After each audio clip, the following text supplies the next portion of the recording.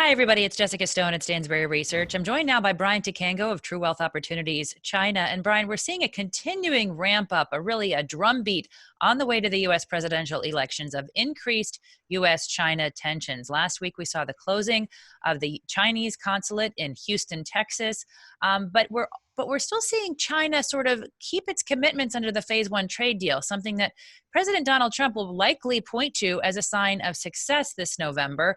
Why are the Chinese, beyond good faith, meeting their commitments under that deal? To push through with that deal, you know, and it shows from what they've been buying. They've had record buyings of corn and wheat these past weeks. The trade deficit with the U.S. has gone down by $34 billion in the past first 5 months of this year alone. And you can see a sort of a leveling off of imports by China from the U.S., which means even in the time of COVID, their imports have not really changed. That means they are ramping up imports in other respects, mostly agriculture. And that makes sense because China is now facing the worst flooding in, I think, 50 years in a lot of its food-producing regions. The pictures are just remarkable. They're really tragic. Yeah. Yeah, and let's not forget that China is going to be the only major economy to be growing its economy this year, at least by official figures. So that's going to be providing an uplift for demand for all U.S. products, including agriculture. One of the things that's interesting is we're not just seeing increased tensions on the trade and the economic front between the U.S. China. We're actually seeing China take steps to supplant U.S. influence in the markets. In other words, the STAR market, which you've talked about a lot, the sort of NASDAQ equivalent that President Xi Jinping has set up in Shanghai, this is coming out with rules and more attractive a more attractive environment, especially for Chinese stocks, to stay home and list and use Chinese money to grow, as opposed to going over to New York or London and getting public financing from there. So I think that's something you've been writing about in the sense of these homecomings that you're seeing with Ant. As you mentioned, Ant is going to be listing not just on the STAR market, but also on the Hong Kong market. What is the motivation for Chinese companies to stay at home on the local stock market? Number one reason is actually valuations. You look at the Chinese market, 90% or 80 to 90% is really retail driven. And the retail market, they buy stocks that they like. I mean, these are companies that they know.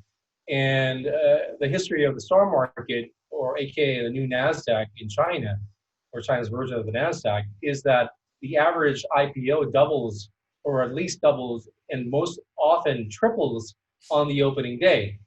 As well as now the STAR market has actually been created to safeguard somewhat the retail investor by requiring insiders to hold their shares for 2 years, as well as all sponsoring investment banks and brokers of the IPO to have skin in the game. Basically, they need to have shares in the company, and they have to hold on to those shares for some time. I think a year at least, or 2 years.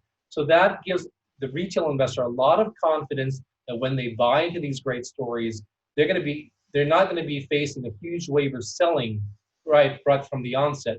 And that's one of the reasons why the STAR market has actually almost doubled.